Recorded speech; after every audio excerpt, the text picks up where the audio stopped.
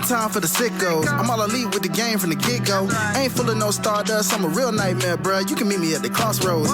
Business is booming, I feel like the Hearst Syndicate, and they tell me don't hurt anybody. I'm way too fly like Kevin, I could do this all night. Step back, it's a private party, I'm more dirty than dumb with the way I live. No saint like Ricky with the vibes I give. Looking at my watch, it's about that time. When I hit them with the toodles, it's a lot like Tiff. Might as well call me Tony. They don't even know that I'm timeless. AJ Francis, all I really know is first class. $1 million man, two prices. You ain't even over. Shout out to my dogs like Bron. Baby, I'm a limit breaker. You are just a death rider. Can't rest in peace. I saved that for the Undertaker. Proceed with caution, but you ain't Naomi. Can't book the team. Your name must be Tony. IWC say you got to go. I like Jermaine and Crash running. Let's start the show. Cool kids step to the front. Cool kids. Too sweet sign for the click. Gotta give the people what they want. Gotta get eradicate quick. Yeah, I'm like Seth with the outfits. Coming in hot too live on your outlets. Running these streets like the prophets. Thank God for the new day. Can't stop it. Jey Uso with the yeet. Eat, sleep, flex, and repeat. Whole new swag with a price on the tag like Javon on the young OG. Better recognize on the mouthpiece. See the power level gotta increase. Bringing content on the daily. Feeling like Dasher Unleashed. Greetings and salutations, ladies and gentlemen, boys and girls, non-binary pals, baby mamas, baby daddies, and everybody in between. Welcome back to the Wrestling Unleashed podcast. This is episode 127 of the show that brings you the good vibes to the best of our abilities. Joining you as always is the voice that does the most, the purveyor of mischief, Gresh.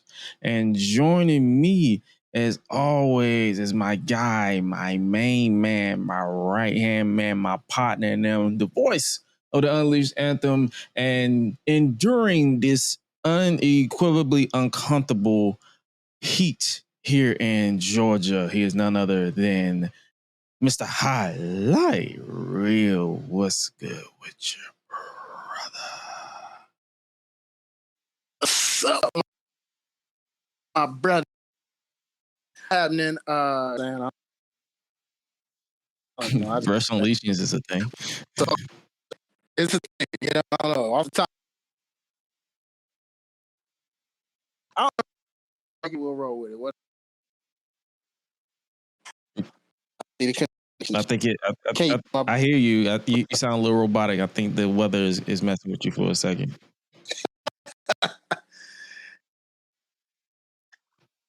For a minute, brother. Okay, hold on. But either way, I knew it was gonna try on me, boy. I knew when I saw that storm cloud. Hey, man. Uh-oh. We good though. We here. We live. We back after a week off because I was out of town. So, I think I'm back, brother. Yeah, you're good. I think I'm back. You're good. Into this, y'all bear with me, man. We got storms going on through the A. As soon as I got home, yeah, we're going from 100 degrees. So. Yeah, going from 100-degree weather to storms, and it's like, great. And the funny thing is, my car still said the temperature was still 80-some degrees despite the storm clouds. So I'm like, nigga, what are we? We can't win for losing in this state. I swear. Listen, whoever asked for this weather, y'all can go to hell. I can, yeah. Because this is ridiculous. Like, it could just be my tolerance decreasing the older I get, but this heat is just not it for me. I'm sorry. I'm ready for the fall. I am so ready for it to cool off. Like, and it wouldn't. I think it wouldn't be a problem if my upstairs wasn't a hot box. Oh yeah, because the heat always travels up, so you get all that ventilation. Oh man, yeah, I feel for you, brother. The thing is, my AC is blasting. Like I have to, I kid you not. I'm 9 out of 10. I'm likely going to sleep downstairs because it's getting ridiculous to the point where I'm like, yeah, I can't keep doing this. So I got a comfortable recliner downstairs. I will legit sleep downstairs. So got to, especially when you're in the summer and that breeze hitting right, air hitting right, flow. It's not even just that too. It's more so because I don't want to keep these fans on and my AC going up, and I'm like, And my bills going up because my bills gonna keep going up because I keep these fans on.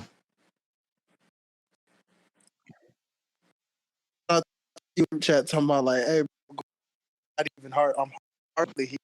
I'm barely here, but then I realize I'm like, yo, I'm keeping these fans on because I'm trying to make sure this upstairs is cool enough for me to be up here.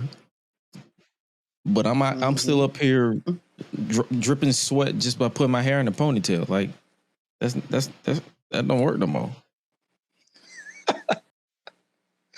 I know, brother. It's all good. You know it, man.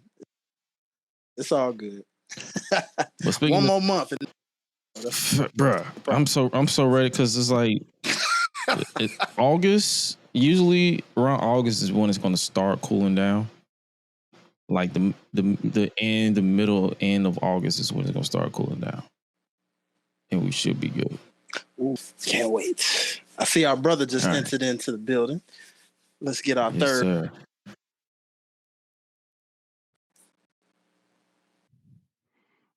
What up, brother? What's up, fella? Man. There's the third man. What's happening? Hey, up, as long as I don't come in as the third man, I wouldn't drop a leg drop if I came in. I'm coming off the top rope if I came in as the third man. I need to make a splash. The top rope, catch a vibe. Big pressure. Oh, you apply. Hey. Oh. Well, shout out to Nana. Shout out to Nana for the dance. Exactly. Shout out to Nana for the dance. Straight up. Shout out to Nana for the dance. You feel me? It's like Josh set him up for that. Oh, he no. tried. No. The funny thing is I wasn't even acknowledging him. I was acknowledging the song. You see I didn't say nothing about no damn Publix. Good point. Mm-hmm. Exactly. Please don't. Because I'm telling you, Chris about to make me block him. Chris about to make me block him on Twitter for real. He posts that video one more time. I promise. I'm a Dikembe Mutombo him. No. Not today. He had it ready. Hey, man. Before we move on to today's topics, let's get 30 seconds or less. You got any thoughts on Terry? No. Shadow Realm? No? Cool. Dwayne, you got 30 seconds or less. You got any thoughts?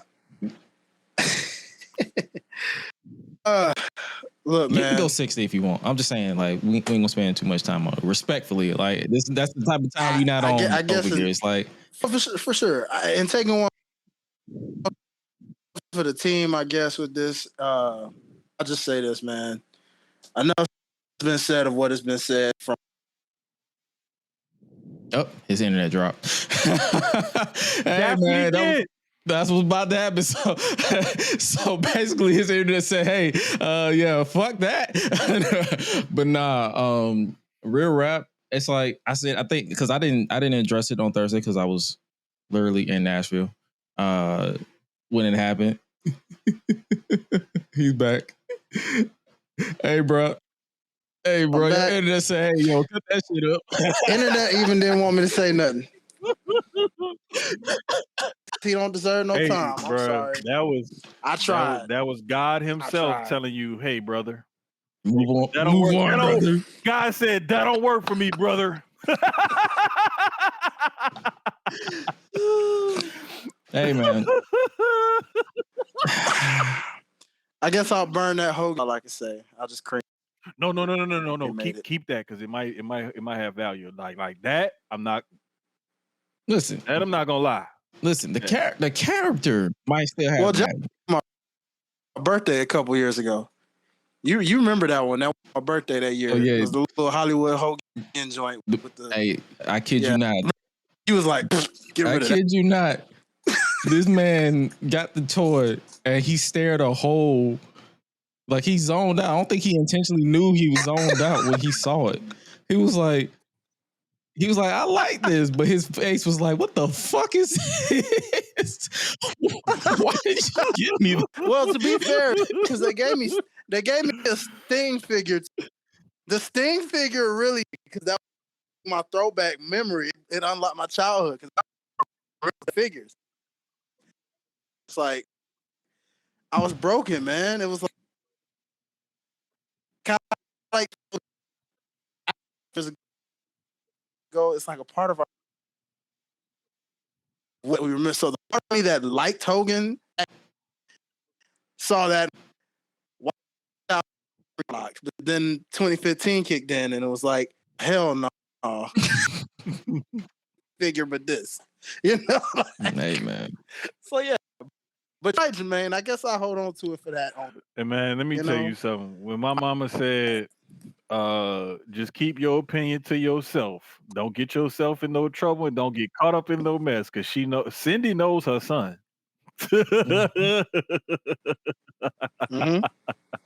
So it is what it is, man. I mean, it is what it is. Anyway. To the black because they watched us, so they didn't really know. And when found from like explain why we don't be like, oh no, yeah. My brother, your internet is not on your side. Your internet is not on your side. Still, I was like, what is happening? Like, that's why we need to change the subject. Yeah. We're gonna let him. Internet is not on his side, so he might have to take the rest of the night off. He might have to take. It's like the internet said, you know what? You might have to take the rest of the night off. You was here. It's okay. You clocked in. Internet said, want to come in. Like Jesus Christ. Internet said none of this works for us, brother. No. But no. The last thing I'll say before we move on, because I don't want to harp too much more along with it. Y'all can't keep being out here trying to micromanage everybody's reactions to this man's death. Like at the end of the day, mourn how you want to mourn or ignore how you want to ignore. Like I have this thing where if it doesn't apply, let it fly. If it's not for you, don't see it through. Ignore the fuck out of these people. I muted that man's name Monday. It's still creeping through because Twitter is a cesspool that likes drama. But my God, it's like, yes, he had a hand in making wrestling mainstream, but also it is okay for people to hold him accountable for the man behind the character for being a piece of shit. It is okay. Right. It's like you have Hulk Hogan and what he did and he's still a piece of shit as Hulk Hogan because of what he did, behind the scenes and whatnot in the industry. But then you have Terry Bollea who made those comments and whatnot. And the craziest part about it was like it happened and you have to address stuff like that. Like you can't always separate the person from the art or whatever. Like sometimes you can separate that and sometimes you can't. This is one of those cases where some people cannot separate that. And so they feel the way they feel, allow them to feel the way they feel. There are going to be people who feel different, allow them to feel differently. Don't interact with those people. You don't have to interact with those posts. You don't have to reply to them. Even if they reply to you, you don't have to reply back. Nope. The only comment I made was, "Oh, Terry finally went to the shower room," and I saw that I got more than 10 comments. You know what I did? I just kept scrolling because I'm like, I already know if I keep going down, it's gonna be one or two idiots that's gonna be under my post acting like I said Hail Hitler. Bruh, let me tell you something. Like, my mom knew he had said something crazy. She didn't know exactly what he said. And so when I sent her the quote, all she could do is just send me back like shock face emojis. And that's when she told me, she was like, nah, keep your opinion to yourself. Like, she's like, I know how you get. Stop. Look, bruh. I'm over 40 and my mama over 60, but my mama knows her son. She knows her son. So no, mine was the same way. That's the reason why I know for a fact that mine raised me well, because I know for a fact I know how to read when I'm like, okay, I know how to read when it's time for me to say something and when it's time for me to just, you know what, I'm good on that. Yeah. It's like I really take the cue from my grandfather because my grandfather was the strong, silent type, right? Like he wouldn't say much, but when that man spoke, that was it. It was like he ain't gonna say much, but when he do speak, listen. So I try not to say too much a lot of the times because I know my mouth or my replies or whatever will get me in trouble if I get too deep in the weeds. So that's why I try to stay on the periphery, shoot my shots here or on Sucio Sports. Tune in tomorrow night. That and keep if I write an article or something for somebody or whatever, okay, cool. I'll keep it there. And I'll keep it professional because I'm trying to maintain professionalism. But I try not to get too deep in the weeds anymore and get in, social media beefs and stuff like that because it's exhausting, it's draining, and it's not productive. Oh yeah. So that's our thoughts on that. And speaking of productive, this week, I feel like this week is officially the start of the road to football season. Officially. Oh, bruh. We are there because for those of you who don't know, who are new around here, we typically spend at least 10 minutes of the show in the beginning talking about what our brief thoughts. Like if we got something we want to get off our chest, not going into full detail. We dub it football roundup, where we just basically bend off we got some frustration we want to get off, we let it off, and we got some rubbing in we got to do. We good. So, hey man, that's what we're here. So you got any early predictions for football this year? Like who you feel like is going to be in going all the way this year? I can't even go that far right now. If I was to guess off the top of my head, basically give a hot take of whatever you feel like was going to happen. My football hot take right now is watch out for the Ravens. Okay. Watch out for the Ravens. All right. Because I believe they added a couple of pieces here and there. And they're only if Lamar Jackson can cut down on the turnovers and that defense can keep playing the way they've been playing, it's only a matter of time before they break through, especially while they got Derrick Henry still running the way he's running the ball. That's my football hot take for right now. I'll give y'all my wrestling hot take later. Oh, yeah. What about you? What about you, D? I know Gresh is not going to like this. Oh, boy. Laugh at it, probably. Watch out for them Atlanta Falcons, man. Mike is coming. Michael Pitt is on the way, brother. Seriously. They've been on the rise for a minute. All they was a quarterback. They got that one now. Hey, man. Saying Super Bowl or nothing, but just know. Hey. Hey, say what you will, man. I'm telling you now. Drake London, they got the best running back in the league, man. You know what I have to say to that highlight? You know what response or retort I have? I'm not even gonna say anything. I'm gonna just do this. Yep, I knew you. Hey, now, Jermaine, I ain't no Falcons fan. You hey, look, bro. You know what it is over here, cuz. I know. I already know. I was gonna go to home so team. Look, wait. But I said, look to that. I ain't gonna do Cam. Wait. I was like, I don't have anything to say to that either. All I'm gonna do is this.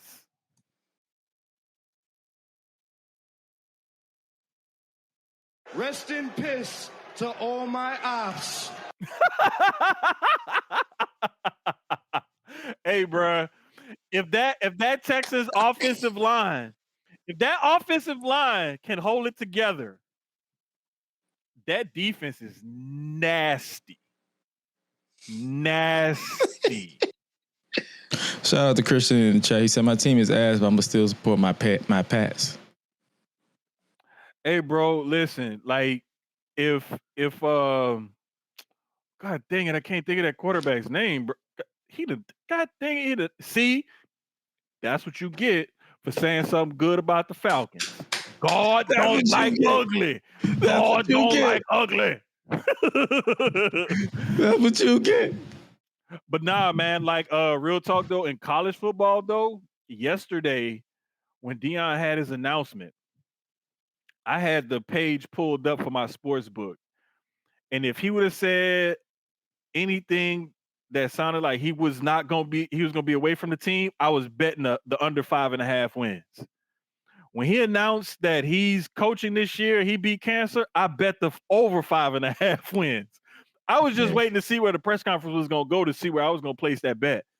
Because as good of a coach as he is and as charismatic as Deion is, he doesn't have Travis, he doesn't have Shador. You know, he lost Jimmy Horn Jr. and a couple other guys on that offense, but with the talent that they're constantly bringing in, I believe that he and that coaching staff can make something magical happen with that team. All they got to do is win 6 games, and I cash out a little something on the side because I didn't make a big bet. I made a small bet on them. Trust me, I wasn't risking a lot. The only bet I would make right now on my team, the Dolphins, is 5 nickels and a lap dance. Because I'm not. At this point, I've given the Dolphins nearly 3 years of my life. Why stop now? Brother, that is nothing. I have given the Saints my entire existence. Yeah, that's different. Like, bruh, I legit, like, my aunt loves telling this story. Like, I was a little kid, could barely talk, but the only thing I knew was George Rogers. Anything the Saints did on TV, it was go Big George. Like, that's how deep in the weeds I've been with the Saints, like, since I could barely talk. Let's see. Right now, the Miami Dolphins. Okay, would you say over or under 8.5 wins for your Dolphins this year? The optimism in my soul says over, but my gut says under.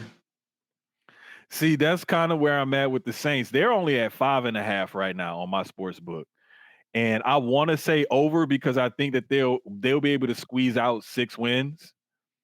But it's like, I'm not, like, certain little factors, like, it kind of makes me think that they won't get to that 6-win plateau. So I want to say over, but I don't know, man. I'm gonna have to watch a little bit more training camp preseason and listen to a couple more podcasts before I say, I'm definitely taking that over. Oh yeah. So that's my hot take for my early predictions for football this season. Under 8 wins for the Dolphins, but I would love to be blown away. And me and Highlight gonna link up and get into some fantasy footballs and see what we can do. Because I was a rookie last year, so basically this year, last year for fantasy football I was a rookie, so I was just like reading the field, like seeing what I do. And let you know how I was a rookie. My ass put majority of my team on my team. Dumb move, my nigga. Dumb move because everybody disappointed me. Fuck it. If we don't end up in the same fantasy football league team together, holla at your boy. Like, I know enough about it and everything to where I could guide you through it, but like it's some trickeration to it, bro. It's definitely some trickeration to it. Trickeration. Whoop that trick. Whoop that trick. Whoop that trick. Hey, I saw that entrance. I was like, yo, that shit fire. Bro, that choir was so dope. It was so dope. Yeah, that was shit fire. So, hey man, but speaking of dope, I guess we could start there. I know you say you haven't seen it yet, but WWE Unreal dropped this week, actually. Yeah, I haven't, like, when it dropped, I didn't realize it had dropped. And then I found a way to watch it, and I was like, oh, snap. Like, I didn't realize it until earlier when I was looking over the show notes and stuff that I was like, oh, snap, I can watch it. So I was like, damn it. Like, I wish I would have found this the other day because I would have watched it. The funny thing is, it dropped today. It dropped at like midnight. Hey, bro, like, Oh, so it dropped at midnight, like. Yeah. All 5 episodes dropped at midnight today on the Oh, 29th. okay. I thought it dropped like Sunday, Monday, midnight, like whatever. Okay, it dropped. It was on the 29th, so yeah, it dropped today, and I woke up early for work anyway, so basically it was like background noise a little bit to kind of like see what the vibe is, and I actually enjoyed it. Like if you're into the production side of wrestling, this is for you. You know, me and you, we talk about production stuff all the damn time, so I'm definitely gonna be into it. What's up, Tasha? I haven't seen it all, but social media stays posting clips. I can't avoid it. See, that's the funny thing about social media. That's the hilarious thing about social media. They was bitching and moaning about kayfabe, but they the main ones posting clips, bruh. Like, and here's the other thing: they're always posting clips, and then they spark like this great debate over something. And not only that, but like social media was the original version of Unreal. Because remember, people would post all these clips that they would find on all these different pages or fan videos or whatever of any interactions that you have off camera of wrestlers in their lives and whatever. And it's like, this stuff has been going on, whether we wanted it to happen or not.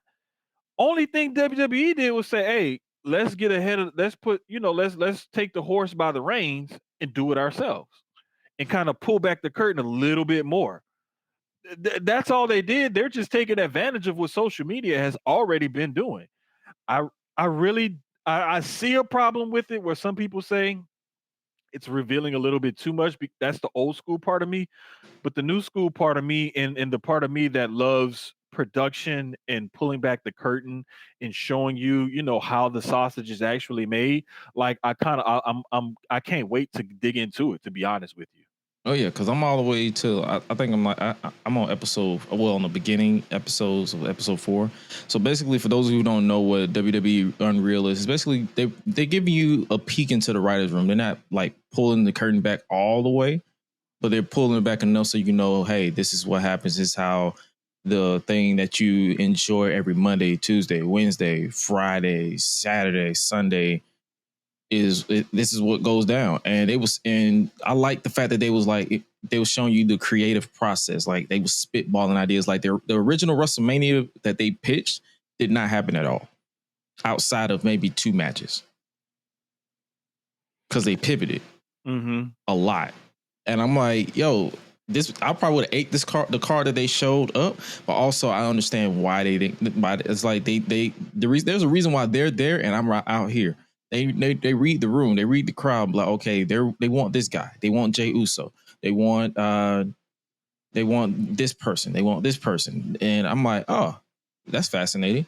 And they also dug into the heel turn of John Cena that shaped the foundation of current wrestling. Like, I know a lot of people like to say John Cena's heel turn matches Hogan's. I kind of disagree a little bit, but at the same time, I agree with the current generation is a big deal for them because he was a babyface for so freaking long. That man was a babyface for, I feel like 20 of the 23 years that he was a wrestler. So to see this current heel turn that's not really 100% well received, like digested, it's fascinating to see like what they got going on. And also, like, you'll see, when I'm not going to spoil too much for those who want to actually see it for themselves, they actually introduce the real names, and then they say, hey, this is like I will say this one. They interviewed John Cena. He's like, I'm known as John Cena. My ring name is John Cena. My government name is John Cena. So I'm like, yo, this dude is a walking dry humor meme. Like, he is hilarious. But hey, man, tap into Unreal. We can definitely talk about it next week to give us to have a more deep conversation about it if you want. So I'm down with that. Sorry, y'all, for the ring. Moms thinks that a text message is proper response is a phone call instead of a text back. That sound about right. That's That's the moms is all the way. Bruh, like I swear I used to send her the link to Susio Sports every Wednesday just because she would call or like text me, normally call or something while I'm on air, or text me or something. Then if I don't respond or whatever, it's like, Ma, I'm on the pod. I'm just trying to find out what etouffee mix you had bought for me because my son had used it on some pasta. And like I'm trying to make etouffee sometime in the this coming week or whatever. All I'm trying to do is figure out what brand you had used. That's it. Like just Was it great value? Was it Fuck no, it wasn't no great value, man. What the I know, hey, nigga, that's like, I was being rhetorical. God damn it. Damn it, you brought the ire of my ancestors out. Like, if we gonna take a shortcut, we gonna take a good shortcut. We ain't gonna take I ain't bullshit. Like, I don't no, great value does not come in this household. No, I'm just saying, that was just me throwing out, that was me spitballing. But yeah, man. I'm not gonna lie, great value, Walmart brand, it's basically like a shake and bake wing flavor. They got different kinds of wing flavors. Now, you may have to double it. The only one I don't double up is lemon pepper because it's strong as shit. But other than that, I double it up. So for about 2-3 pounds of wings, I'll use 2 packets instead of 1. Does the trick. Like, man, trust me, like the Buffalo, Nashville hot, garlic parmesan, Caribbean jerk, those are typically the ones we use. Now that lemon pepper, stick to the script with the lemon pepper because it's strong as shit. And there's my cooking tip for the week. Yes, sir.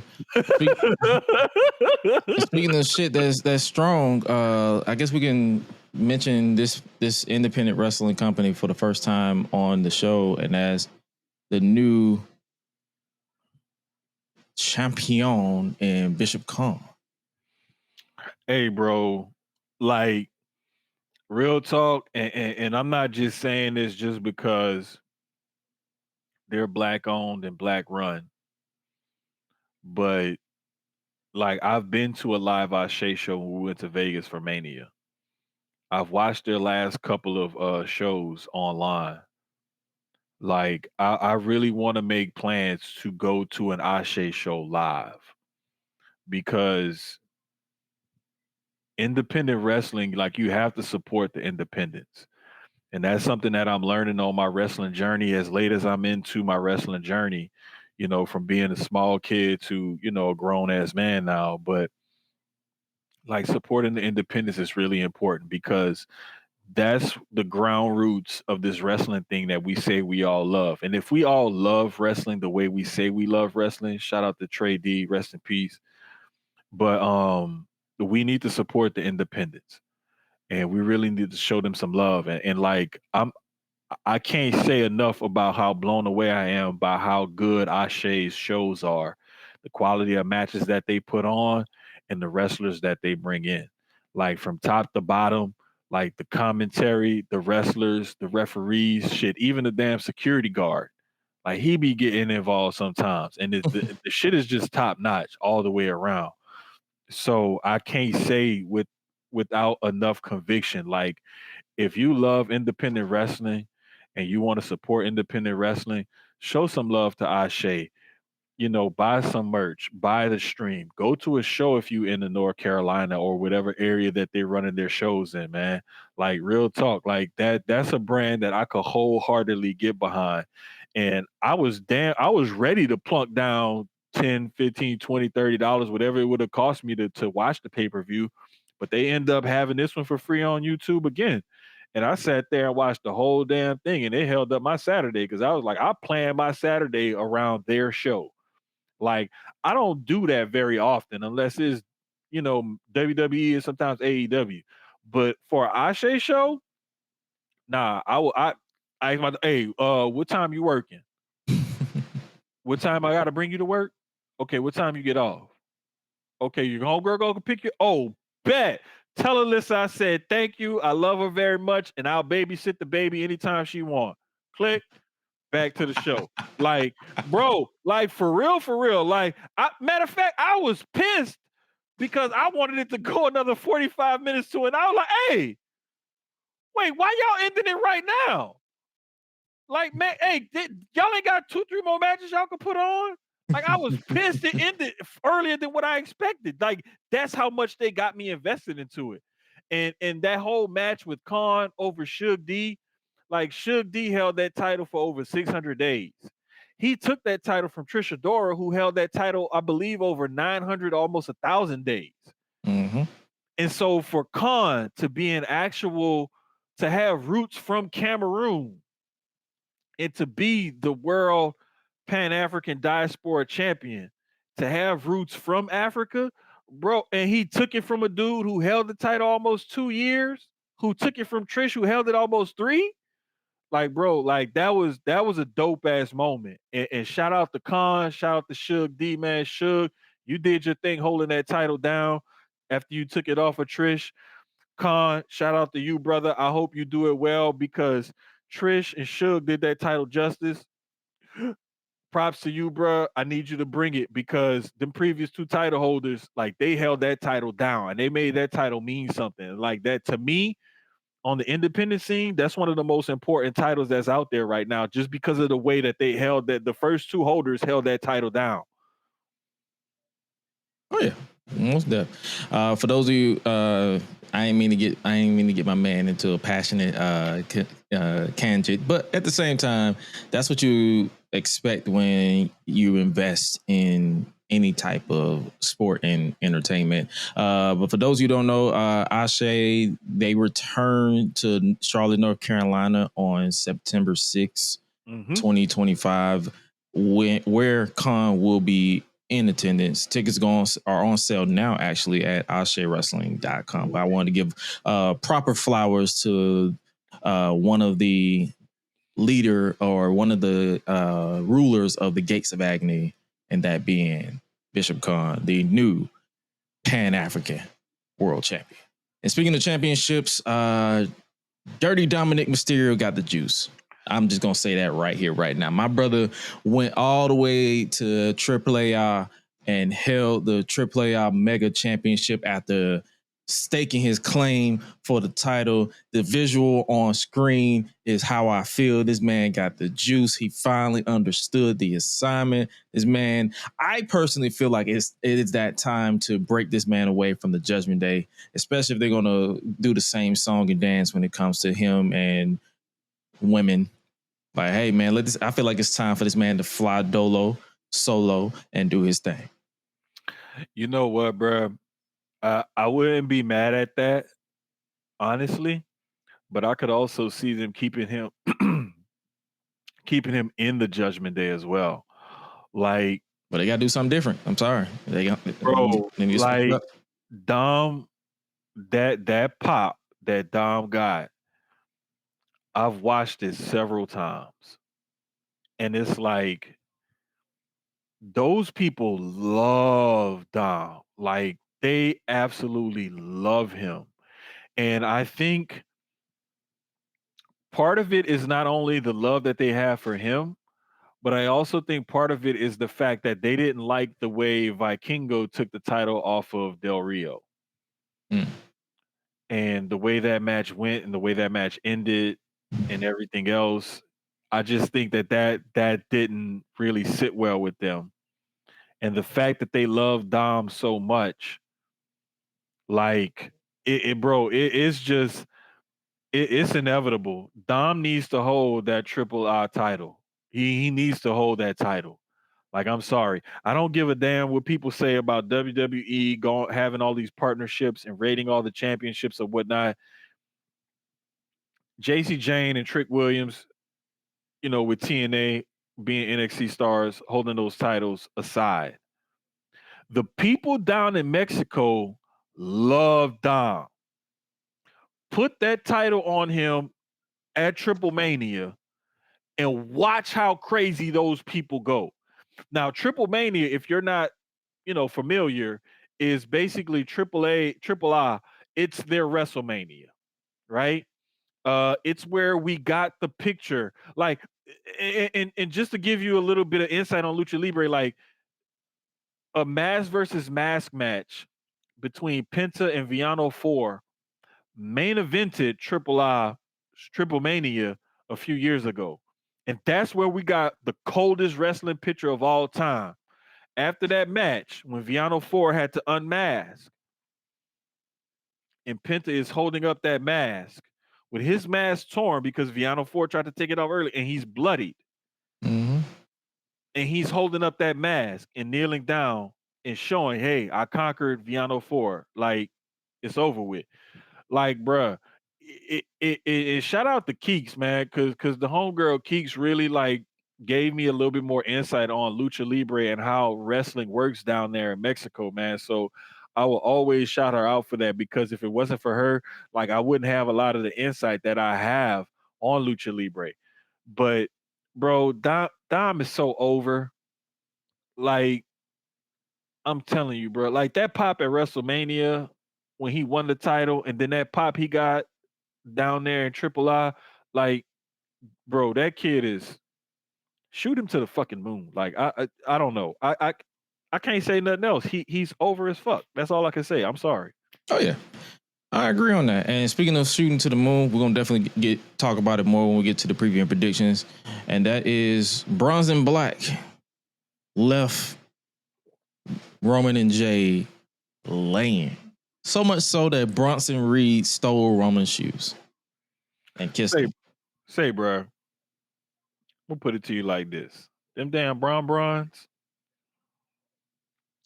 It's one thing to spear niggas and tsunami niggas and beat them up and everything else. When you take a man's shoes, especially his J's, like, God damn it, that, to me, all the beating up, all the scheming, all the jumping, all of that, whatever, run him to the pole, hit him with chairs, tsunami him 1,000 times, spear him, all of that, cool.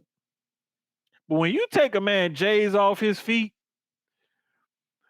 God damn it, that took it to the next level for me. I'm sorry.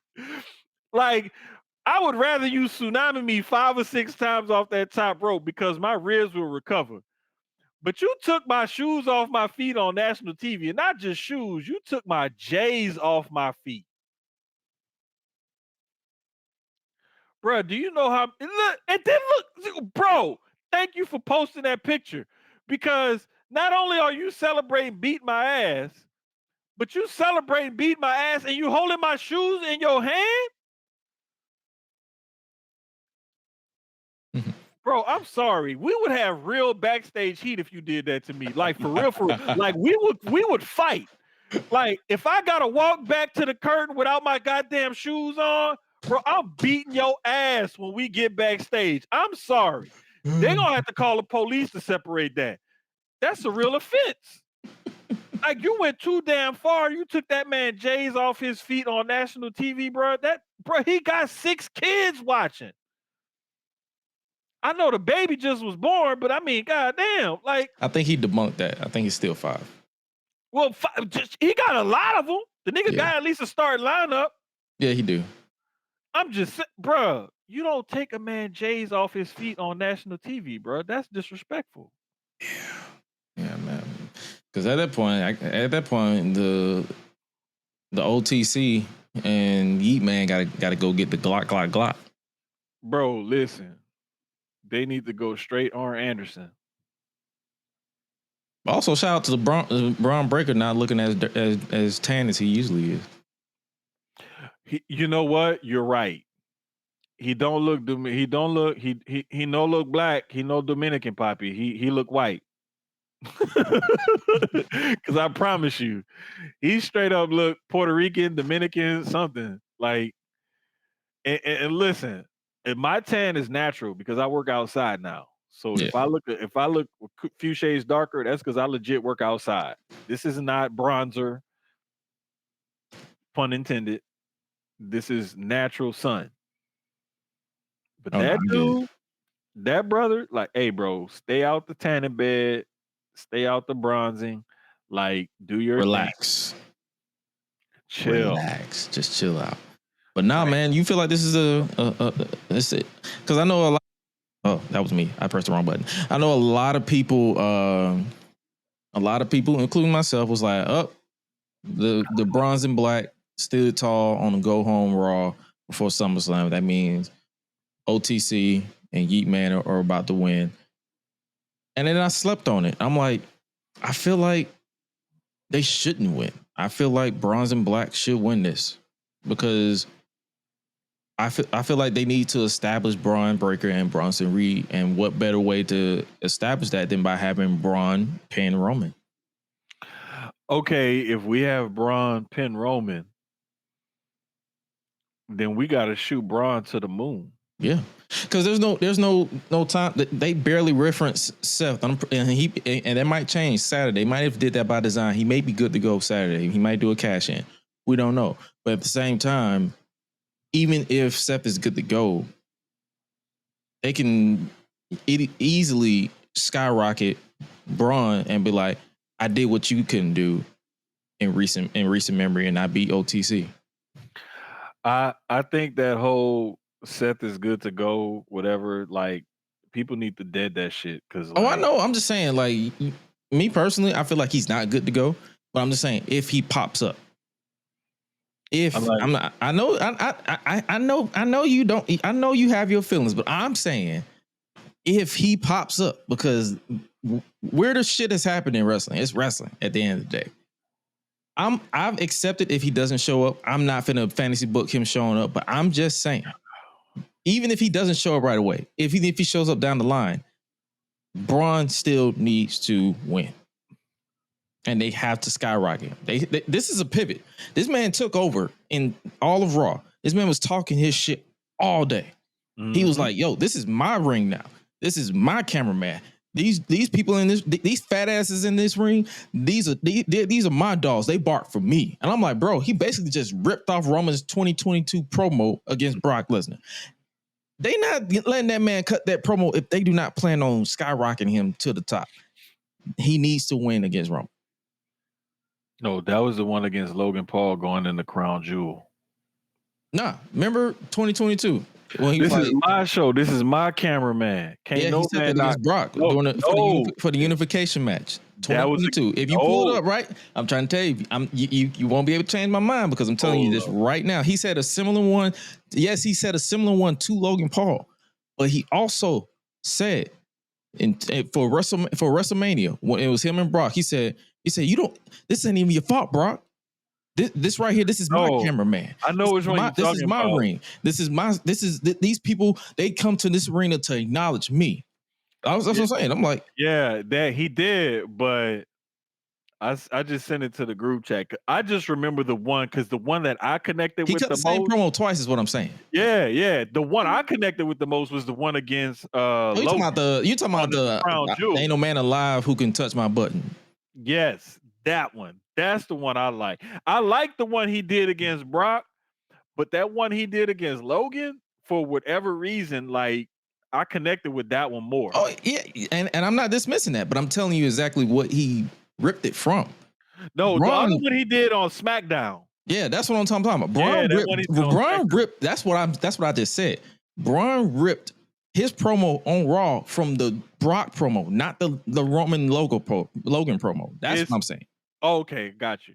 That's what he ripped it from. Because when he said, "This is my cameraman. This is my ring now." That's what I'm like. Yeah, that's basically what he ripped it from. But the bottom line is, he basically took a dig at Roman. Yeah, that was the point. It was like, nah, like, you were then, I'm now. Mm-hmm. And that whole, like, him taking over and everything else, to me, it speaks more to, we're gonna have to push him now instead of pushing him later, because typically when you start a faction, you got a plan in mind for that faction, and when you got a solid vet like Seth, and then you got two young lions, this is basically like Randy Orton and Batista with Evolution.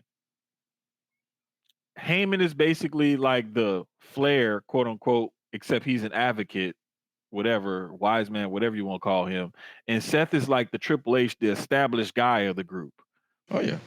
And then you got the guy who's a little bit older, but who hasn't, who's still like coming up in Bronson Reed. And then you got the young lion who's like, hey, we gonna shoot you. Eventually, you going to the moon. And Randy Orton, the type, that's what you got in Braun Breaker. And so same thing with the like the Nation of Domination, same kind of thing, principles with DX.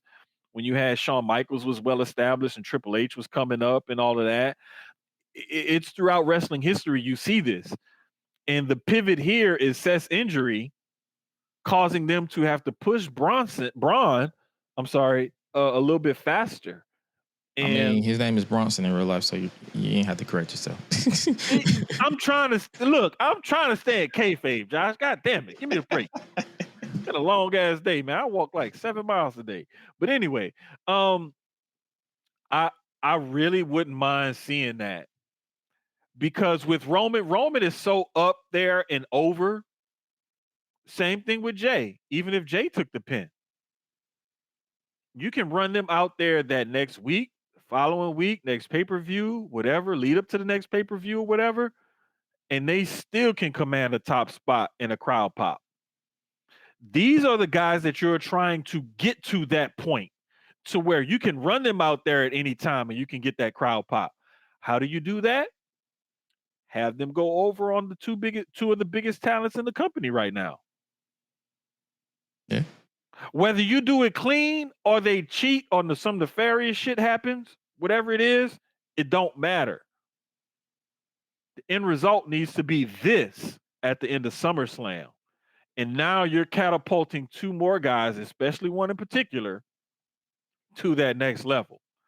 And now you're also, like you said, creating that inner friction. Hey, I was able to do what you couldn't do. Or it could be, Seth always had Roman's number. Mm-hmm. And he was like, you know what? I was able to do what you were able to do in less amount of time and better. Exactly. Mm-hmm. And so that could create a friction or whatever. Yeah. And I just, bro, either way this match goes or this match ends, I think it's going to be good for these two guys, even if they don't go over. I think that if Roman and Jey should happen to pull out a win, it's going to be through some kind of way Big Jim helps them or something happens or something like that. But the bottom line is these two guys should go over and they should win by hook or by crook or clean. It don't matter. These two guys should win. I don't give a fuck who they pin. Somebody needs to be looking up at the lights and putting these two guys over to advance all of this forward. That's what I'm saying. He basically just gave you the long-winded version of what it took me because bro, I had to think through it. I was like, I know Gresh is That's why right. you here. That's why you here. I'm trying to figure out why Gresh is white. Right. Yeah. You that's why you here. You give the people the long-winded version of what I be saying because I'm too blunt. That's the point. But also the point.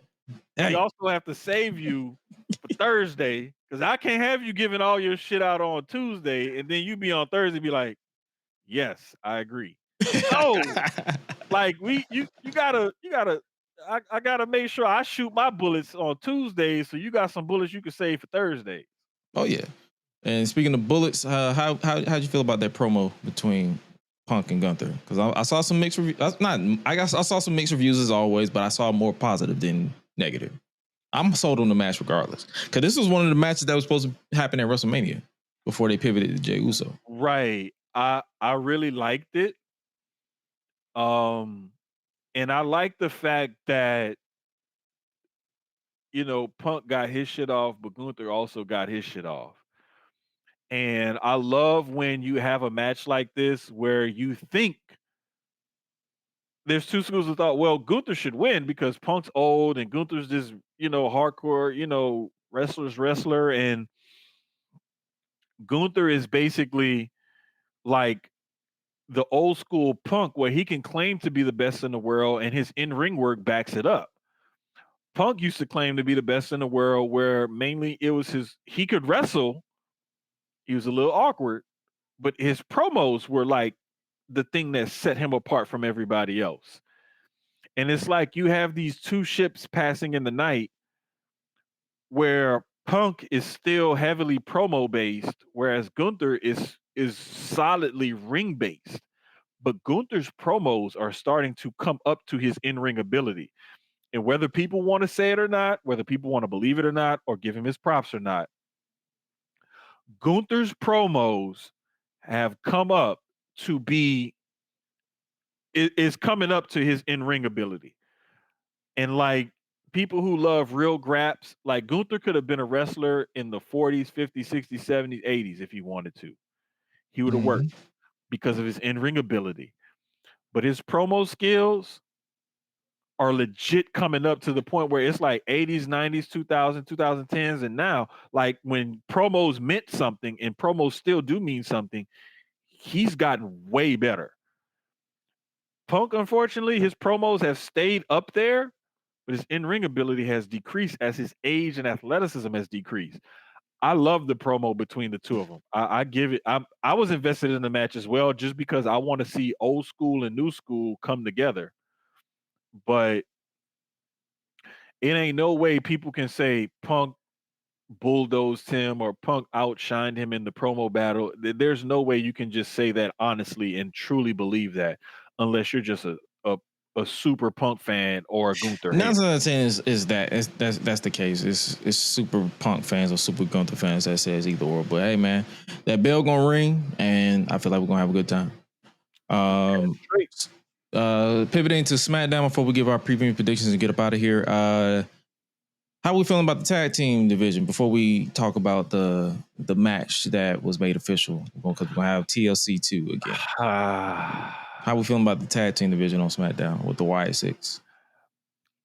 I believe that they did that in order to get people more behind the Wyatt Six, to be honest with you.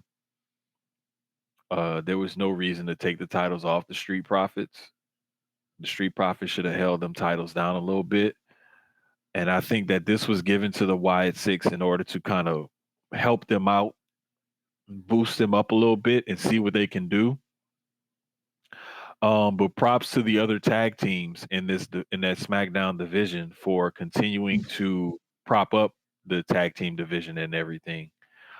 I really feel like another title change would not be surprising.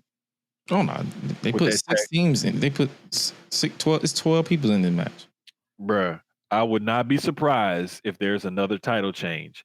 And to me, as somebody who grew up and watched through the Attitude Era and saw titles get hot potatoed a lot, it wouldn't necessarily be a bad thing to do so with this tag team division, because this tag team division on SmackDown is some of the best tag team action we've seen in quite some time. And I'm enjoying what they're doing. That title change and putting the title on the Wyatt Six was a little awkward, kind of clunky. I'm not surprised, but making it a multi-team TLC match leans into the unpredictability, and I think that match is going to cook. I honestly think that match, and this ain't even my hot take for the week, I think that match has the ability to come away as match of the weekend. Oh no! Like you got bodies hitting the floor, literally crashing and burning. That's always going to steal the show, in my opinion. Especially with them basically reincarnating the TLC vibes with because they literally dubbed this TLC 2 Next Generation. So, hey, man, I'm cool with this. After the one they had on SmackDown right after Mania, and they're running it back again with some of the same teams participating, those guys are going to be like, hey, bro, listen, we got to do what we did on SmackDown and take it up a couple of notches, because now we're on the actual pay-per-view. This match about to cook, bro. I don't even care who wins. I hope the title changes hands. I just think this match about to cook. Really? And speaking of matches, we got the celebrity endorsement match. Orton, Jelly Roll, Drew, Logan Paul. If Drew makes it, because I know he's having visa issues. Bro, okay, with Drew's visa, can't y'all just like, hey, bro, somebody go to his house here, grab his shit. Next day, that shit over there, and can't he just come back over here?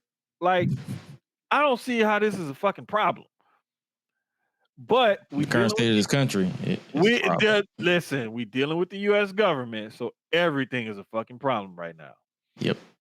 However, if this match goes off with Drew involved, prayers up to Drew. I hope he gets his visa issue solved. Um, it has a chance to be an okay celebrity involved match. But like I said in the group chat earlier or last week or whatever, Jelly Roll is basically like a smaller version of Andre the Giant when he came back with the back injury. Because he can be in the ring, he's not gonna bump around a lot. It's gonna be a lot of standstill stuff, come to me, feed into me type of stuff, whether he's getting offense in or he's, selling. They're gonna have to feed into him a lot more. And I really think that Randy is going to have to take the bulk of this match, of course, because Jelly Roll is just not ready for it. That man hit the black hole slam. I think that was about it. Bruh, he threw a few punches. He hit the black hole slam. And I'm not going to lie, he sold the hell out of that Claymore from Drew McIntyre. He really did. And I think he can sell one of them Logan Paul right hands pretty good. But don't expect too much outside of that. Nah.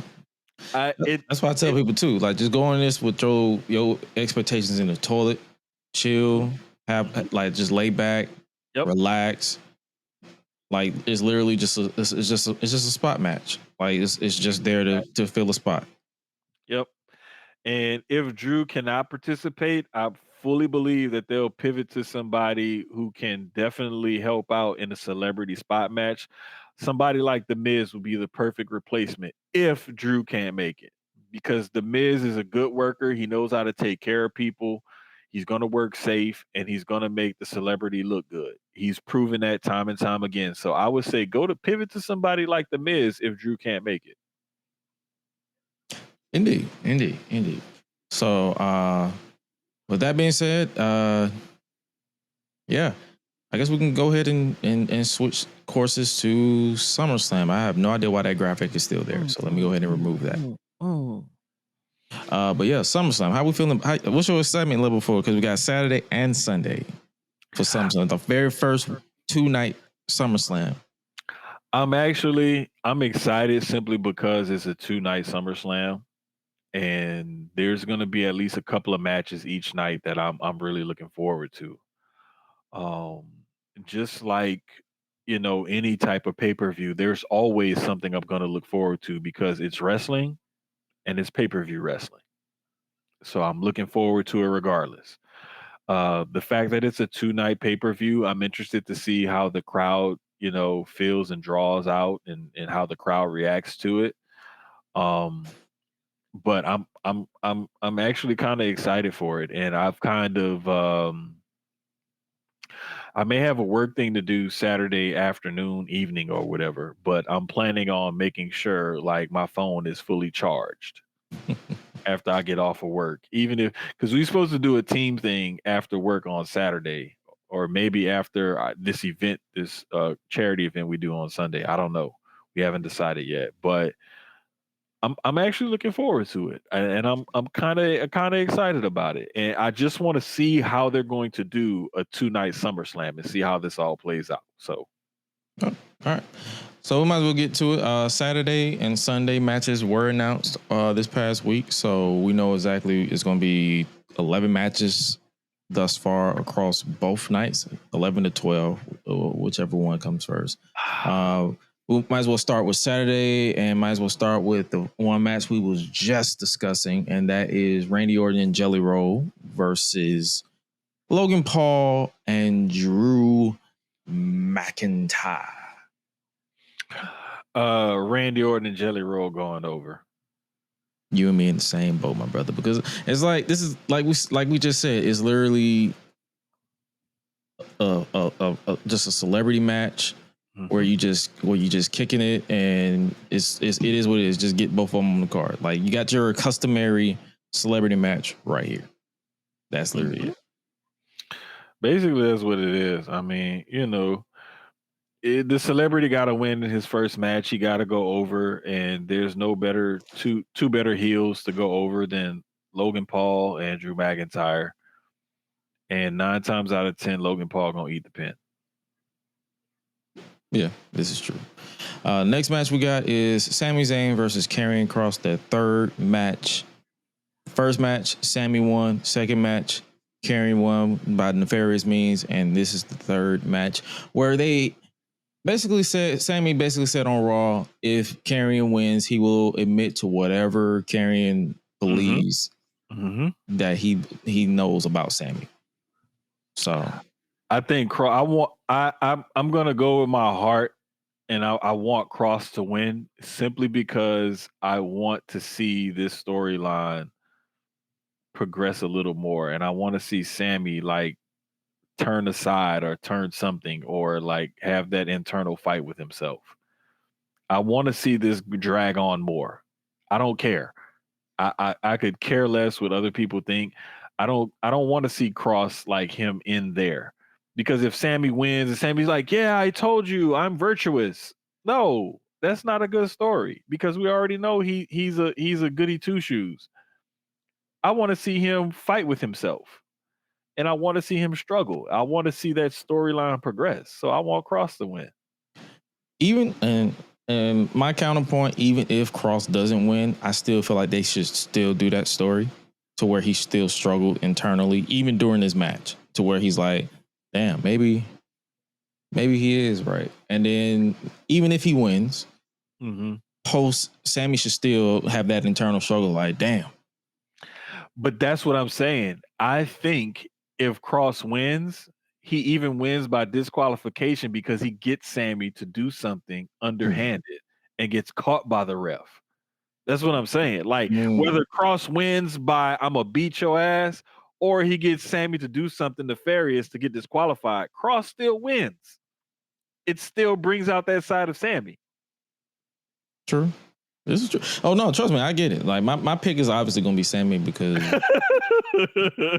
just to balance it out. But I do agree with you that story needs to evolve, if that makes sense. So I'm not against it at all. Like, let's let this cook.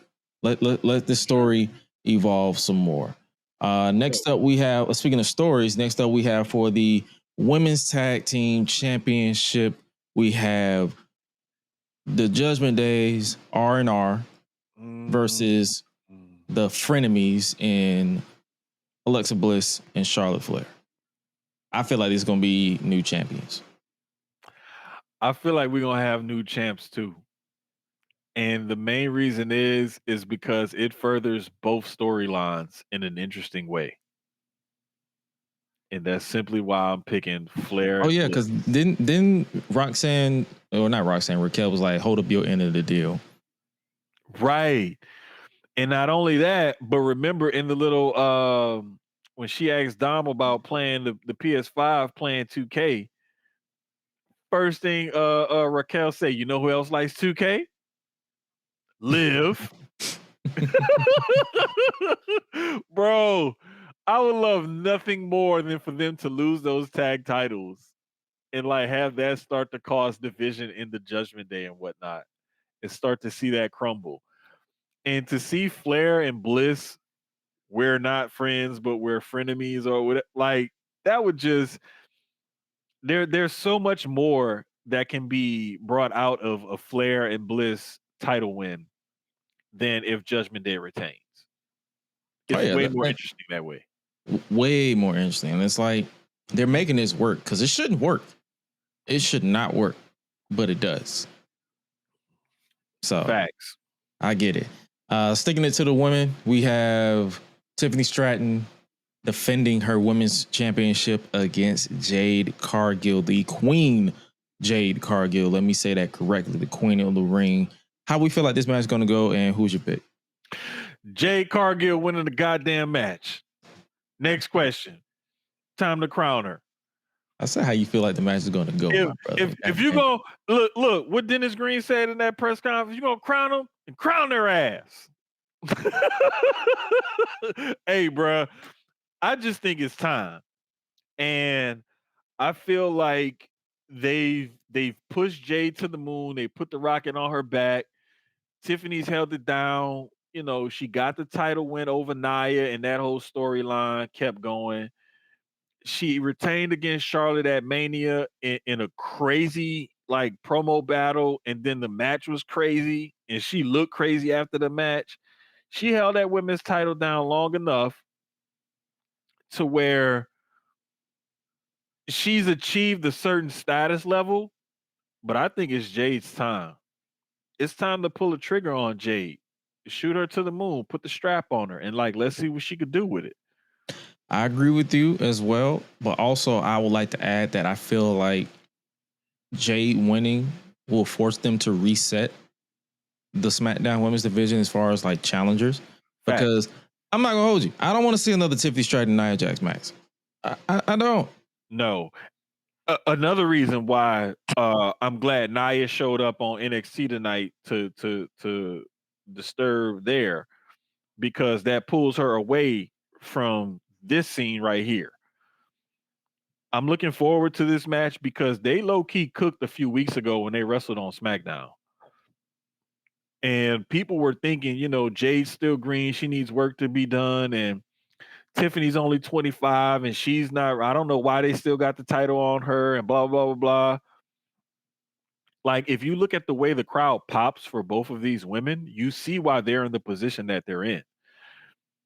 They've both improved in the ring, and Jade's improved a lot since she came back from filming that movie or whatever, especially her selling. And Tiffany proved on a grand scale at Mania against Charlotte, and the thing that she did against Jade a few weeks ago, like she's like, hey, look, I can cook in the ring too. They may still have some clunkiness to their game, but I'm looking forward to seeing these two ladies lock up, and I'm looking forward to Jade raising that title at the end of it. Well, indeed. And you already know how I feel about like clunkiness and all this stuff. I feel like if wrestling is too polished, it looks more fake than when it's sloppy. Thank you, brother. So if I see a little clunking, I'm like, I don't take it to heart, because I'm like, it's supposed to look like y'all want it to look real so bad. Why would it look polished? What's the point? Nevertheless, the next match we have is for bragging rights. It is a tag team match that we was just talking about. Roman Reigns in main event, Jey Uso versus Bronson Black, Braun Breaker, and Bronson Reed, with the Oracle Paul Heyman by their side. I'm still going with Bronson Black winning this one. I feel like they need that win. I really do, and I want to pick Jey and Roman, but it's like they're so over, bruh. They could take a L and still, like I said earlier, they could still take a L and pop out the next week, the next day, the next pay-per-view or whatever, and still be over as fuck. If the Bronson Black take a L, that lowers their believability. Seth already ain't there, and there's only so much Paul can do to talk them back up. Mm-hmm. I ain't even talk about that promo on Raw. He was just talking a whole bunch of pointless penguin babble. Bro, let me tell you something. Them two dudes need this win like bad. And I think WWE needs to go ahead, pull the trigger, put them up there and elevate those two guys, especially while Seth is out. Because like you said earlier, that just furthers that storyline and creates a little bit of a drag and a rift between them. And they need it more than Jey and Roman do. Yeah. So you going with Bronson Black too? Oh, hell yeah, I'm going with Bronson Black. The Brons. The Bron. All right, and the last match for Saturday is for the World Heavyweight Championship. Gunther versus CM Punk. This one is going to be hard to predict. I'm not even my gut says Gunther, but the fandom in me says Punk. Oh man, bro. God dang it, man. Okay. The only reason why I'm going with Punk is simply because they only put that title on Gunther for the Goldberg shit. Otherwise, Jey Uso would have held that title.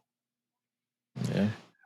This is the best way to get that title off of Jey and still make a popular decision by then putting it on Punk. If Gunther retains here, what does that do for Gunther? What does that do for this storyline? Okay, now I beat the best in the world. Who's next? Yeah, well, he's an old man. You know, the next challenger was like, yeah, you beat a damn near 50-year-old. Like, you ain't do shit. Like, what's next? You just beat a damn near 60-year-old, and then now you beat a damn near 50-year-old. Congratulations. Those are your 2 title defenses since you won the title. Like, whoop de fucking do. That's the reason why I feel like Gunther retains, because who better to say that shit than Bron Breakker? Wait, but listen. You can still do that. You can still do that, but in a heel versus heel match. Bron is so unhinged. He goes where he attack anybody. That's what I'm saying. But you feel like he could do that? He could still do that with Punk? If he did that to Punk and he took the title off of Punk, that could also create more of a rift between him and Seth than if he took the title off of Gunther. Because now my statement earlier where I was like, you beat what I could, you did what I couldn't do. I did what you couldn't do. Will be more towards Punk. Mm-hmm. Because has Seth even beaten Punk? No, I don't think so. No, he won the steel cage match, but that was he won a cage match. But remember, on the January 6th, the opening episode on Netflix, Punk won that match. Punk won that one. Seth won the cage match. Mm-hmm. And listen. Remember when Seth said, "As long as I'm around, you'll never be champion." Punk said the same thing to Seth. If Bron takes that title off of Punk, he says you weren't around to prevent him from being champion. He became champion. I took the title off of him. Now what? I can't wait to see all of that. I'm picking Punk. Oh yeah, just because I want to see that. I still want to see that myself. I'm gonna still pick Gunther to retain, because making him a transitional champion will low key irritate me, because it's like, why did you make this man a transitional champion just for a Goldberg match that nobody really wanted to fucking see in the first place? Exactly. Like, you just made Gunther look like a complete tool. And the other thing is that it also puts another chink in his armor, and it lowers his confidence or whatever a little bit. And they've been playing around with that with his character since before he dropped the title to Jey. So they've been playing with that since his feud with Priest. Fucking NXT, if we really want to talk about it. Yeah. So I'm just saying, like, that to me would feed into all of that with him, and it would deepen the storylines with Punk finally becoming champion and coming back, and that's his crowning moment. That's what he wanted to do when he came back to WWE, and blah blah blah blah blah. And then you got a whole list of challengers that want to knock him off. So to me, either way we go, we're gonna get storylines. I just feel like the more interesting storyline is Punk winning moving forward. Oh yeah, I agree. Next up, we're switching to Sunday. We have a steel cage match.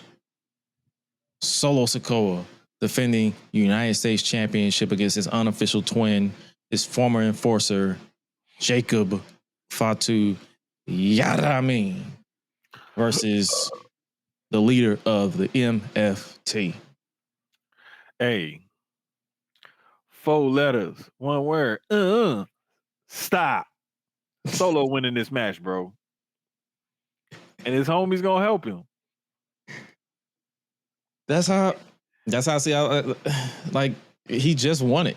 Like unless it's like what was the? I mean, the only way I see them doing this, they would just the only way that I see them doing this was because they just wanted to extend the feud, and the best way to extend the feud was, hey, bring in Tala Tonga, Hikuleo, eliminate the Factor, and have Jacob win. And then what do you do after that? Bingo. Like I really see this going that way because when you look at, even though it's inside a steel cage, bruh, we've seen steel cage matches with crazier endings than this. So what I really see is Jacob may be trying to get out. One of the MFTs gonna slam the cage on his head or something like that and hold it closed, and Solo's gonna climb out on the other side and barely escape with the win. Like that's how I see it going. I can see that. But I can't wait to see them two like really get into it because I think it's gonna be big meaty men slapping meat inside that steel cage. And I'm looking forward to it. Yes, sir. And the next match we was just talking about it for SmackDown, and that is the 6-team ladder match for the WWE Tag Team Championships. Wyatt Six defends against Street Profits, Fraxium, Andrade, and Rey Fenix. I think they gave them a name on Friday. Was the Luchador or something? Bruh, I can't remember. I just know I'm looking forward to this match because this match about to cook like a motherfucker. DIY and Motor City Machine Guns. Bro, this match is about to be a whole gumbo jambalaya smorgasbord of po' boy and etouffee exquisiteness, and I can't wait for it. Just to throw it out there, what team you feel like? I mean, what team you feel like should win this? I feel like honestly, DIY winning this would be interesting because they've been the ones saying we're saving the tag division, blah blah blah blah blah. They've been the ones like championing that whole like thing. They've been the ones that's been the most vocal about it. So I'm going with DIY to win the titles, but my fail safe is the Wyatts retaining. Because I think that they put the titles on them for a reason and they're trying to give them a little bit of a run to see what they do and see how they fare, see how the crowd reacts to them. So I wouldn't be surprised if the Wyatts, end up winning it. Especially if they try to pull some spooky shit. Because like this match is gonna be crazy and it's gonna be all over the place. But if they pull some spooky shit and keep the titles, I wouldn't be mad at it. You mentioned spooky shits. They just announced a Wyatt's haunted house attraction for Orlando. Let me pull it up to verify. Yeah, according to Corey Hayes on Twitter, Halloween Horror Nights official, WWE presents the house, the horrors of the Wyatt Six. Interesting. It's going to be in Florida and California. Interesting. That's what I said. I was like, that's fascinating. So yeah, that's gonna be a thing. Yeah, between now and Sunday, don't be surprised if you see a text in the group chat and I say, let me flip flop that.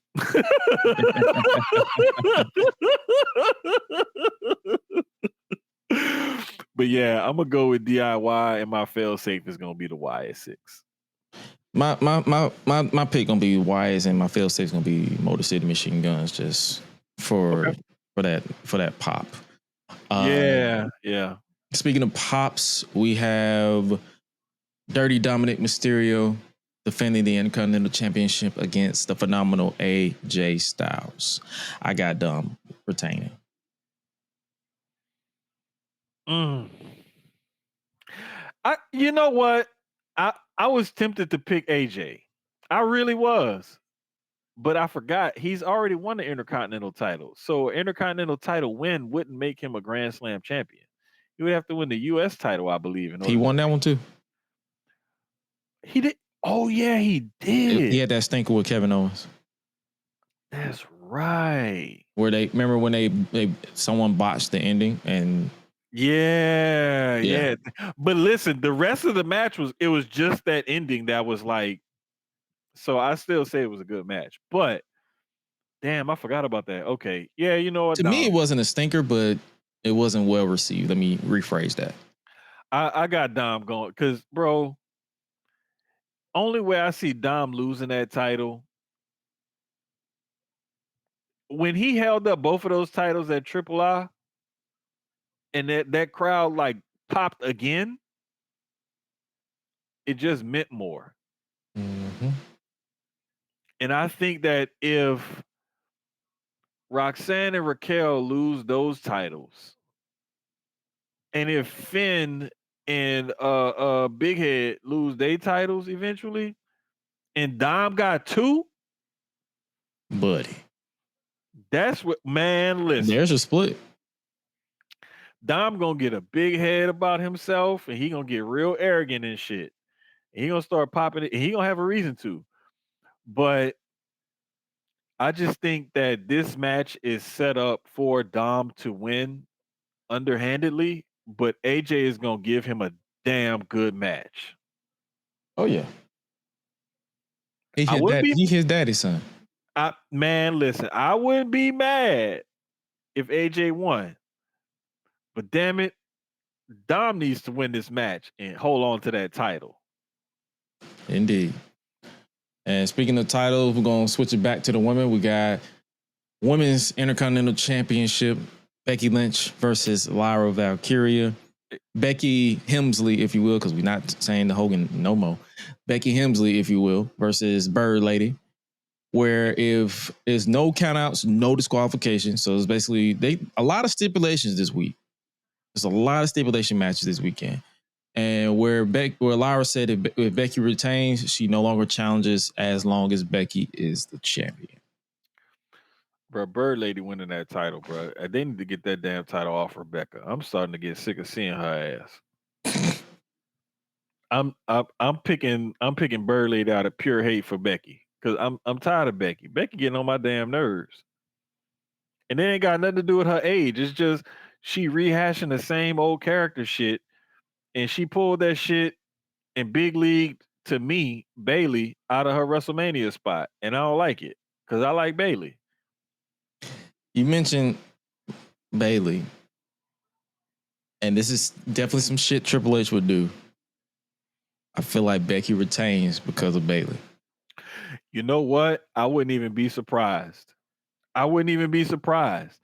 And the thing is, I wouldn't be surprised if she retained because of Bailey, and then Bailey took the title off of her. And Bailey's first challenger was Lyra Valkyria. And you know me, I love some chaos. But still, as much as I love chaos, I can't stand Becky. I'm still picking Bird Lady. Nah, I get it. Becky's just getting on my nerves, bro. Like, I used to like Becky, but then when she came back and she did that whole shit at Mania, then the very next night I was like, what the fuck was this? Why was this even a thing? You could have came back the night after Mania and had just as big of an impact. But like, I don't know, bro. Like, something about Becky been getting on my damn nerves lately. I want Bird Lady to win. Keeping it to the titles and to the women, we have the triple threat match where they switch the black woman out for the other one, where Naomi defends her women's world championship against Io Sky and Rhea Ripley. I got Naomi retaining because I would never bet against Naomi. Me too. One of the best characters in wrestling, period. Man or woman. Who do you think she pins? I think she pins Io. And I think something between Rhea and Io is going to cause Naomi to win that match, because if I remember correctly, Io told Rhea, "You never beat me, you never will." Like just this past week. So I think something between the two of them is going to cause Naomi to retain her title. And I think if they decide to finally do something and pull the trigger, it'll be Stephanie Valkyria who takes it off of her In Paris? At Paris, yes. Yes, sir. And speaking of taking titles off, as we wind down the retirement tour, John Cena defends the undisputed WWE Championship against Cody Rhodes in a rematch from WrestleMania, but this time in a street fight.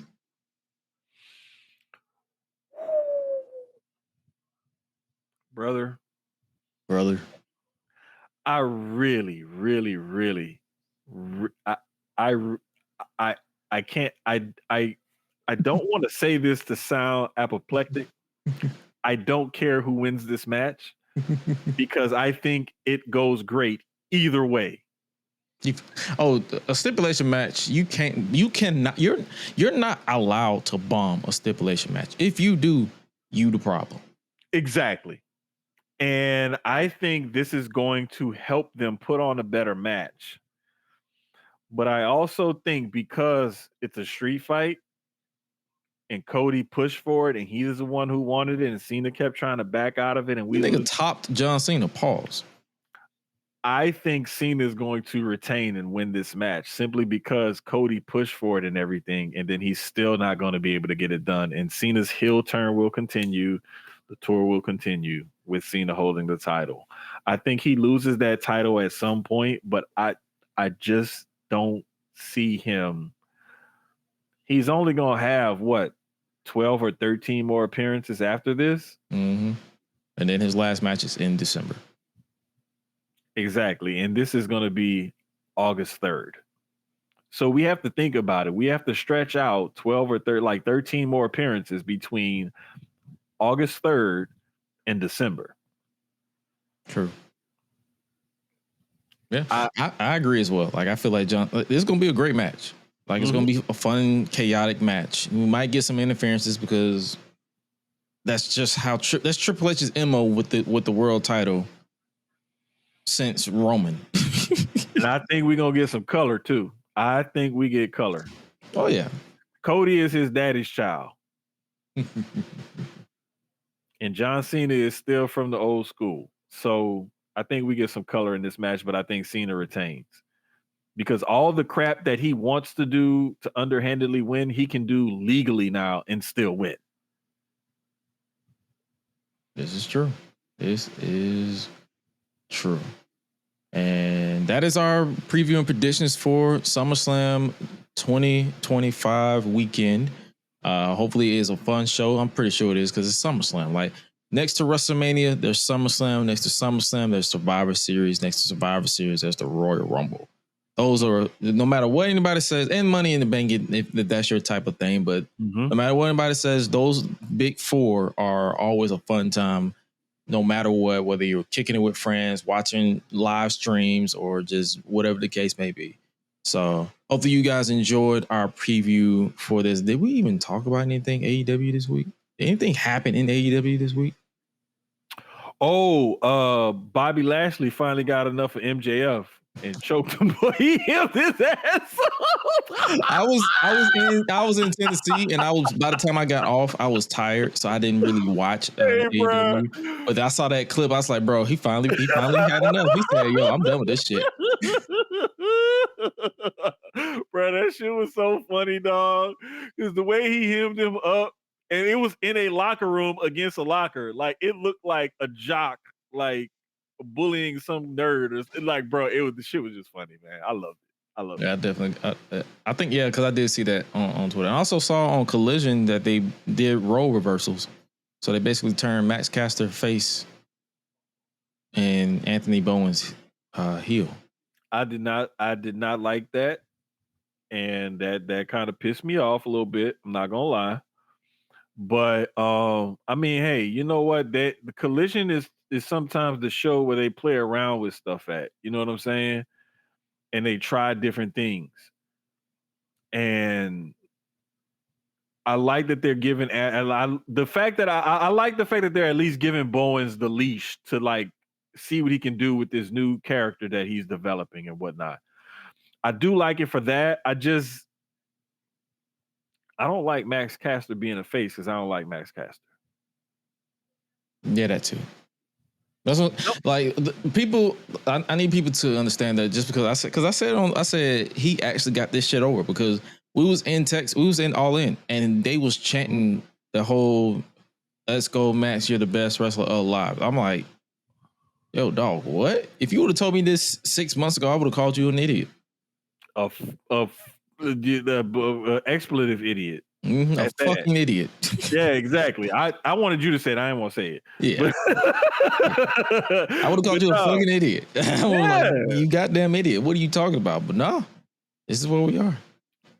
Like, bro, you got us to like Max Caster and hate Anthony Bowens. Like, congratulations. Like, that was pretty impressive because I didn't think that there was a way that you could get us to actually, number one, like Max Caster. Like, there was a way you could get us to hate Anthony Bowens by doing some heel shit. But the most impressive part is you got people to feel sympathy for Max Caster. Like, of all people. Kudos to you. Yeah, exactly. Because I blocked that nigga on Twitter because I was like, yo, you are doing the most. And I was just like, way too fucking much. So I was like, I'm good. But nah, man, that's AEW. And I think this week we got Jon Moxley versus Adam Page in a rematch where everybody's banned from ringside. I'm still not a fan of the death match not being the blow off, but it is what it is. Like, that's my only thing with this type of booking is when you have a death match or a Hell in a Cell or a street fight or something like that. Like, that's either the blow off or you have to go one level above that in order to have a blow off. But for them to have everyone's banned from ringside, we just gonna straight up get it in the ring. Like, you could have done that at All In. That was the case. And then had the death match afterwards. Thank you. That's kind of like I think I put that in the same boat as like I hate how they have blood and guts as a transitional match. Like, bro, there's so much shit that they could have done.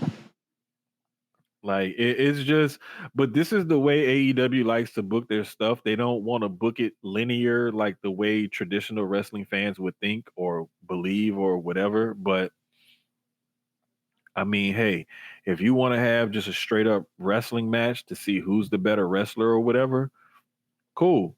Why not make it an Iron Man match then? Like, because to me, that's a way of taking it from a death match, turning it up a little bit, and like, you use these tactics in order to beat me, but I know I'm the better wrestler. So what other way can you take that feud over that title, the title, and turn it up a notch after a death match? Make it an Iron Man match. Yes, sir. So, hey, nevertheless, we'll see how everything goes down on AEW Dynamite tomorrow, and we will definitely talk about it on Thursday over on Public Enemies Podcast, because that's what we do over here. Whatever we don't talk about over here, we talk about over there, and vice versa, because it's a family affair. And before we get up out of here, you got a song of the week for me? Love and Happiness by Al Green. Love and happiness. Love will make you do right. Love will make you do wrong. Wow. Boom, boom, boom, boom, boom, boom. Love and happiness.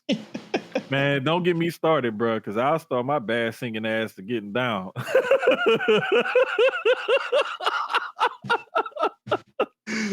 Oh, shit. Oh, man. I'm a pivot to that new Tyler, the Creator album. Oh. And I'm going to go ahead and put Mom and Them. Bruh, I got to dig into that one. I think, shit. I listened to the whole thing in the gym, and I'm like, bro, this shit is fire. Yeah. It's some, I got a charity event that I'm supposed to go to for work on Sunday. But like, I know I got some shit to do in the kitchen and stuff because I want to do some food prepping and everything. I think whenever I do my kitchen shit this weekend, I'm gonna probably really tap it. That way I could sit down and like be focused. Cause you know me, my ADD and it. Oh yeah. I ain't gonna be able to focus, bro. I need something where I can sit down and focus on it and listen to it and give it a real solid listen. Ray said in the chat, said it's going to be catch and release acoustic version for me. Bet. Hey, man. That's dope. Like, Song of the Week is basically a nice way for us to close the show, to send out good vibes. And also, if you haven't already, I believe I have the QR code right there. If you want to tap into all the songs of the week that we chose for Spotify. Oh, you sent it to the group chat already. I sent it to the group chat. But I basically will keep that updated so you guys can basically listen to all the songs of the week that we got. It's all over the place. I think we got one gospel song in there, and that was from Highlight, and that was a Brighter Day by Kirk Franklin. Yeah, we do. We sure do. It's just one. I was like, bro, I felt bad. I'm like, you the sole one, but then also that's a nice. I feel like that's a song that you can go both ways. Like it's not. To me, I feel like it's not exclusively. No, it's not. And there's another one that I was gonna offer up as my song of the week, just so Highlight don't be the only one with a gospel record on there, but. I think I got one. It's just like I wasn't feeling it for song of the week at the time. It's like I want to be in the mood or whatever. Like, it'll come. It'll come. I just saw that. I was like, bro, that's funny. I was like, yo, this is the only one.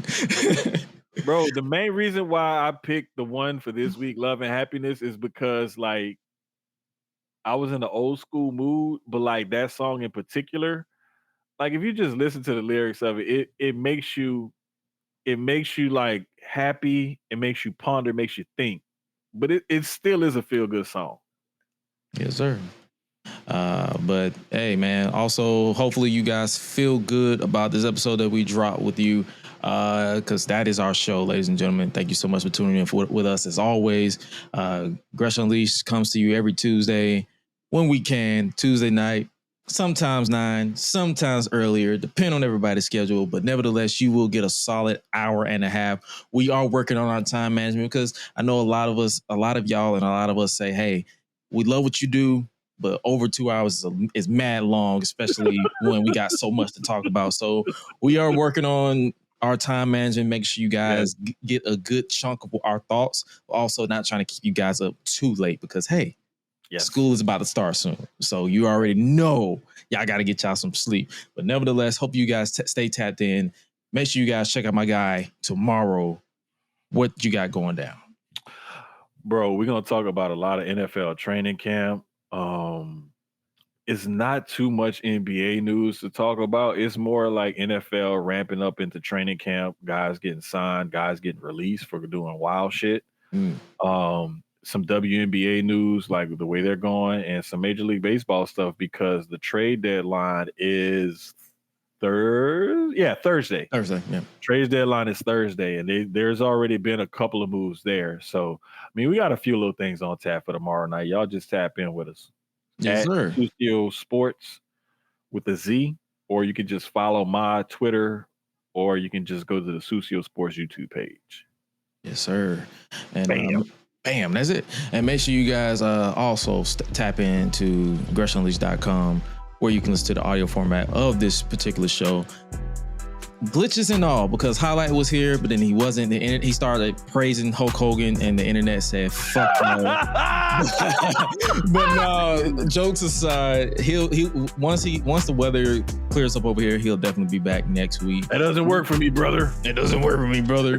But we'll definitely be back here next week, off the chain as always. But with that being said, you guys stay safe out here in these streets, and remember to always stay true to yourself, stay humble if you can, and also never ever give up on anything you set your mind to. But also remember to eat, sleep, flex, and repeat. We out. Y'all be crazy. To all those people who think black people are envious and lazy and jealous, they never factor in how much black people really and truly don't give a fuck about what you got going on. You really think somebody is out here worried about your little fucking BMW? Man, fuck you. And everybody who looks like you. 99% of black people don't give a shit about everybody else. That's a fact.